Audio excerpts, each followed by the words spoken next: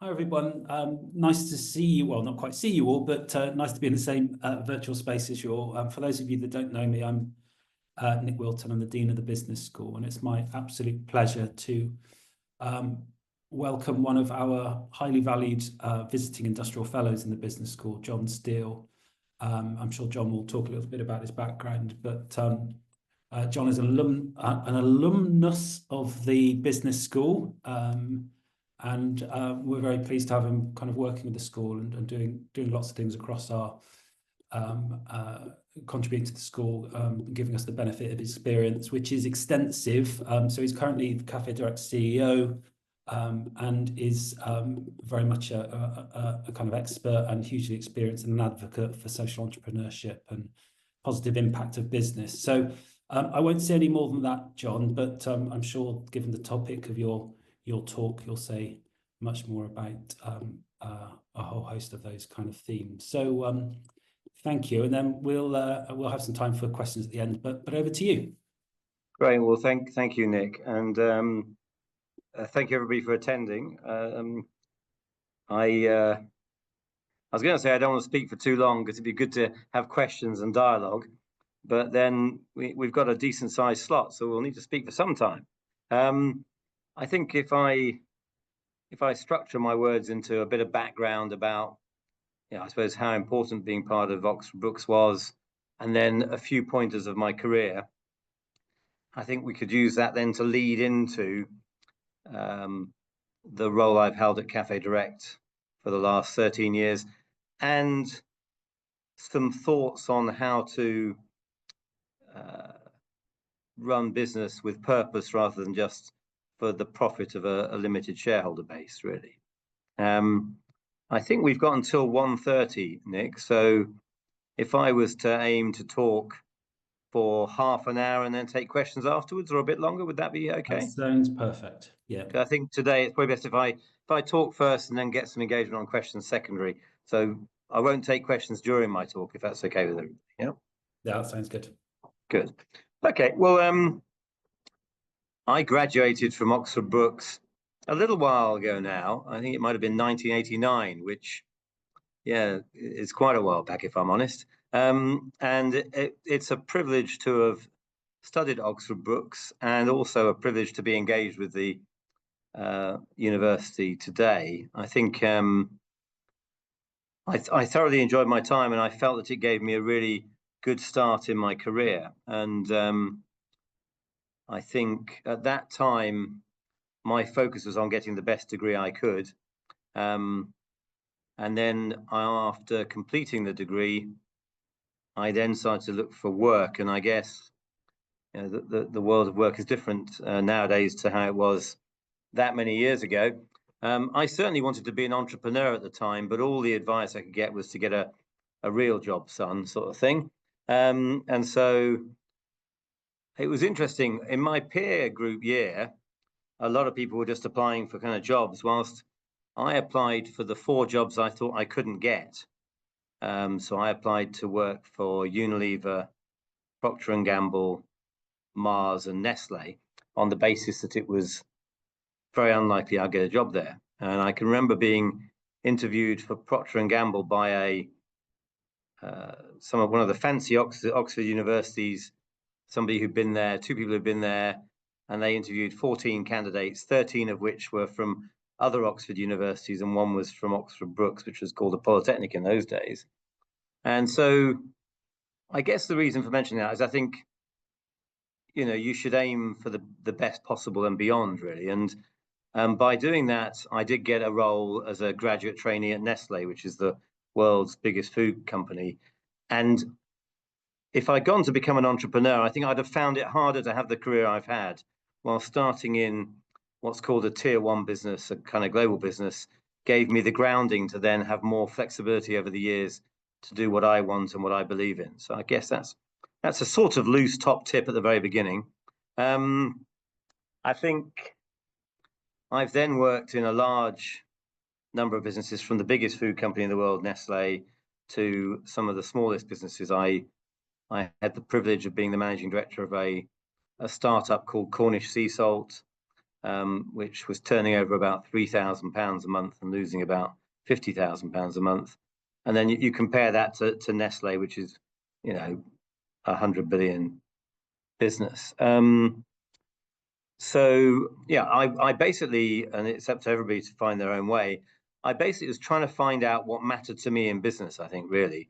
And so, you know, Nestle was an incredible grounding, a highly sophisticated, well-resourced, thoroughly analytical business with some amazing brands. I got to work in the confectionery division on a number of great brands, including Kit Kat. I think in my search for meaning, if that's a way of putting it at this stage of the conversation, I then went to work for Weetabix, which was the complete opposite to Nestle. So in those days, Weetabix was owned by a man called Richard George.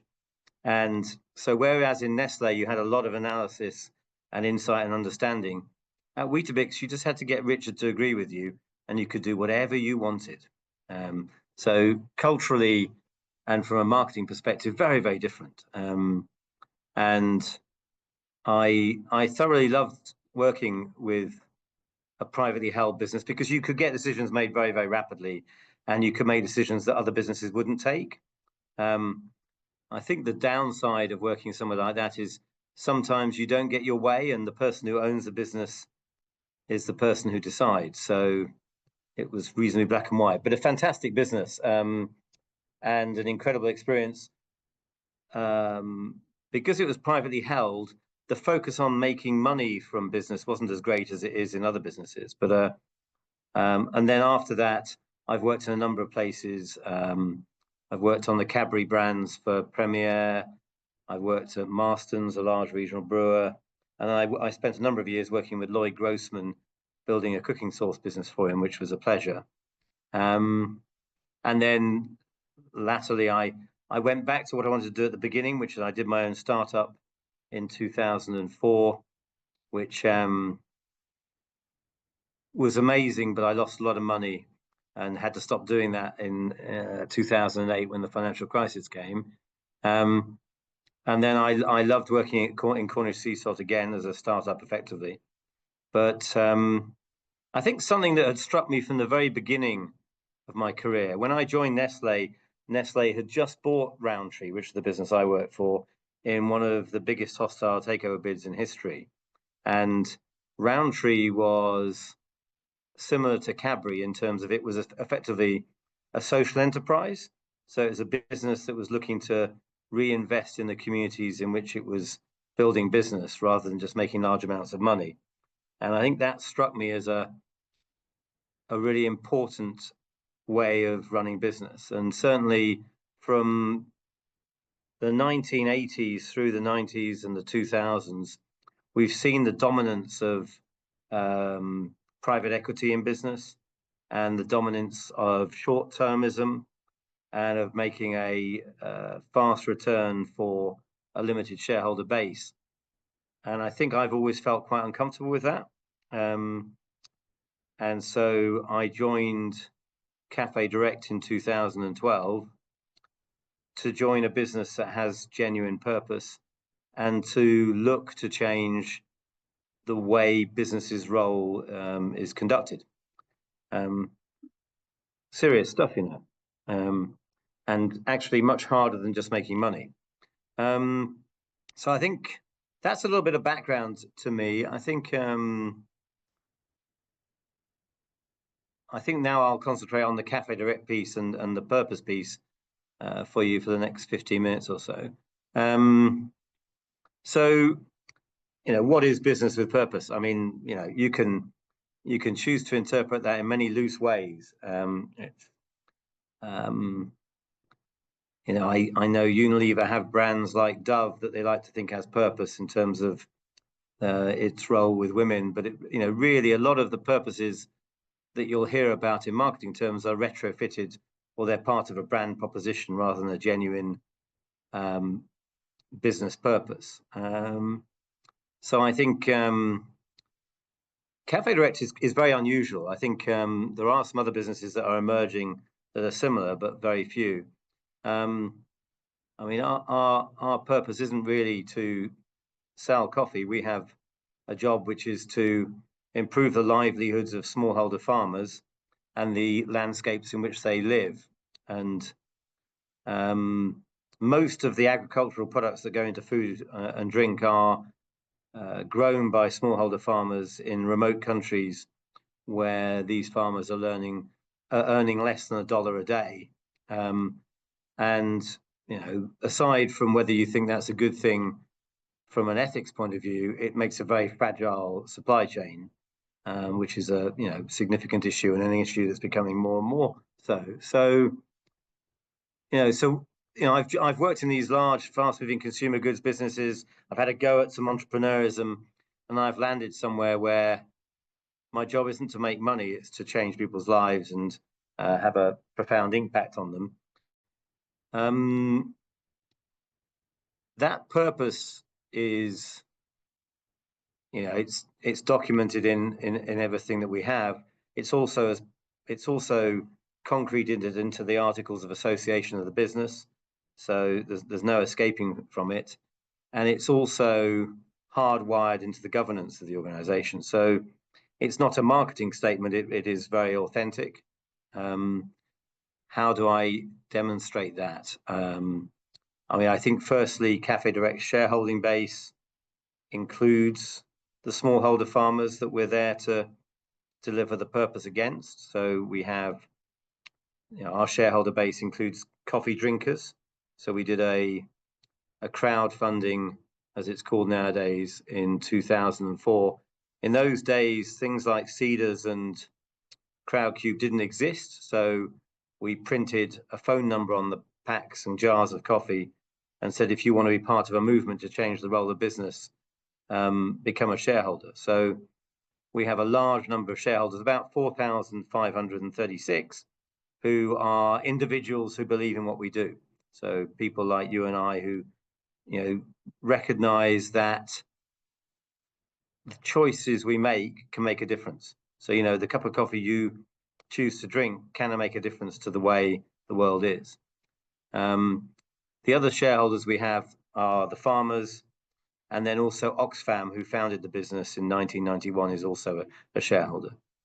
So I guess I'm trying to say there that we're not about one shareholder type. We're about a group of aligned people who are there to provide patient capital to deliver the mission and vision of the business.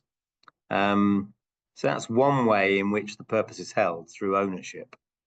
The other way the purpose is held is in the running of the business. Although I'm the CEO, I'm only one of 7 directors, and 2 of the other directors are coffee farmers, and they are nominated by the shareholder base of coffee producers across Mexico, Peru, Colombia, Uganda, Tanzania, Kenya, and Costa Rica, and so on and so forth.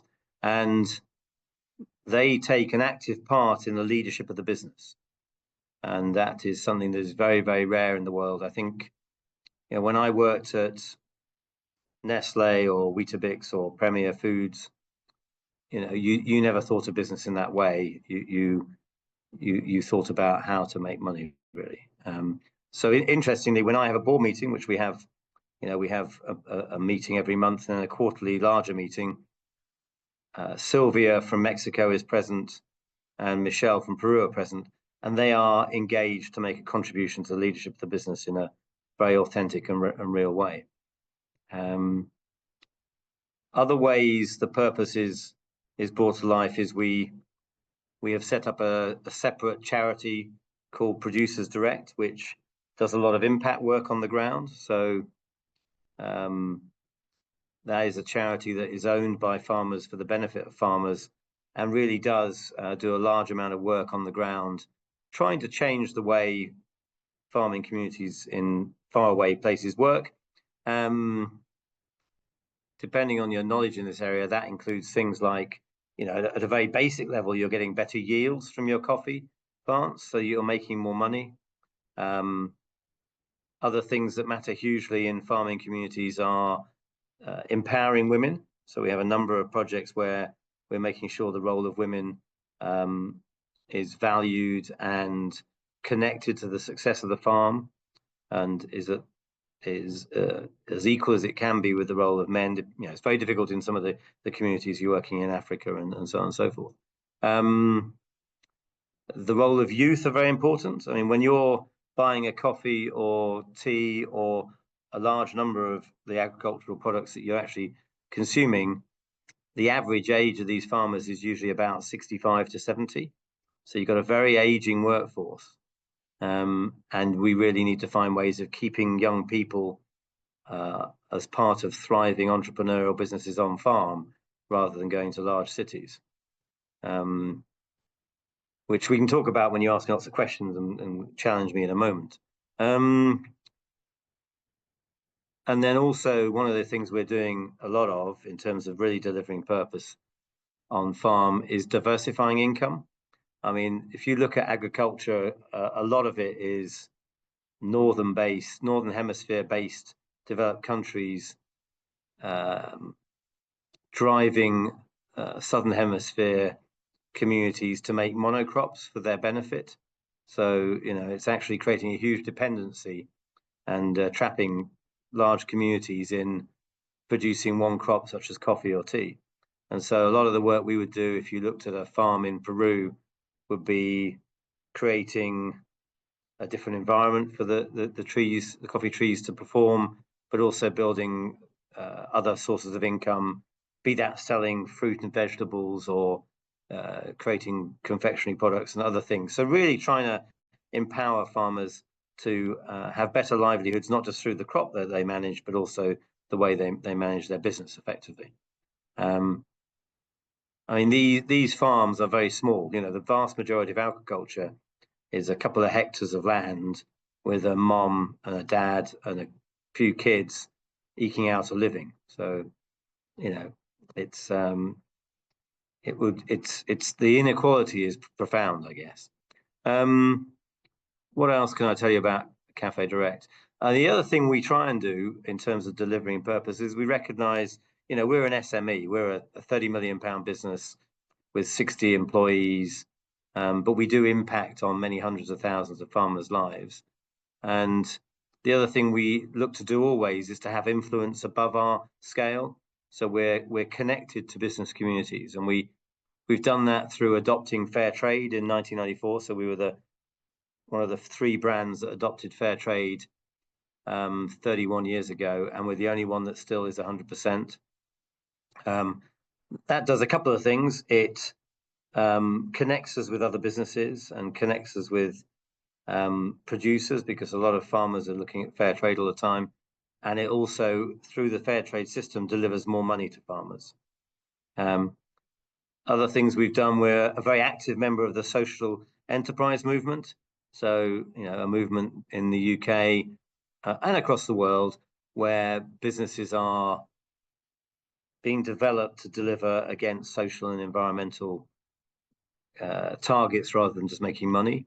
We're also what's called a B Corp. I can't see you, so I can't see whether a show of hands gets any recognition for these things, but the B Corp movement that started in the States came to the UK in 2015 is a way of looking at your business or your university and saying, what am I doing well in terms of social and environmental change? And we became the first coffee company to do that in 2018, and we're an active member of that. So I think, what does that mean in the day-to-day running of a business? It probably makes it more intellectually challenging and complicated because, you know, in a large profit-based business, you're looking at it through one lens, really. You're very much looking at the financial aspects of a business and how to, you know, get your market pricing right and get your supply chain to be as cheap as possible to make the maximum margin you can. When your job is to improve the lives of people in your supply chain, you're thinking about some of the decisions differently. Sometimes you get it wrong as well. I think one of the things about purpose-led businesses is they need to recognize that they are businesses. A lot of social entrepreneurs are so obsessed with changing the world, they lose focus on developing a strong business that can compete with Nestle and Unilever and so on and so forth. So it's a very exciting and challenging thing, but I think when you do it, it makes you realize there is more to business than just creating inequality and making money for the few. Not everybody agrees with that, because some people are in the position of being the few and being very happy controlling power and wealth. But I think more and more in this world, we need to create a fairer society and also do our best to combat climate change, which will be, I think, increasingly relentless and visible to all of us. So I think that's a little bit about my background and a little bit about purpose. I think what we look to do at Cafédirect, other than having the purpose front and center through the governance and the board directorships that the farmers hold, we also look to get employees to go to far-flung places and spend time working with farmers.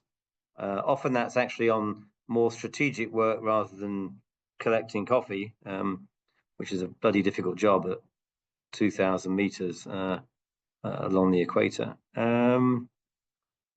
So I think what I've learned, which is actually, I'm a bit older than I was when I started at college now, over the, oh God, I can't work out how long it is, Nick, but over the time from 89 to 2025, I certainly have found what matters to me, and I find that very rewarding. I think, in our lives, getting up every day with a real purpose and a real understanding of the impact you're having makes anything that's difficult get pushed out of your way. So I think that's enough. I mean, I don't know about you, Nick, but I've had enough listening to me now. I'd love to get some questions, reflections, discussions. I don't get out often, so please ask me anything you'd like.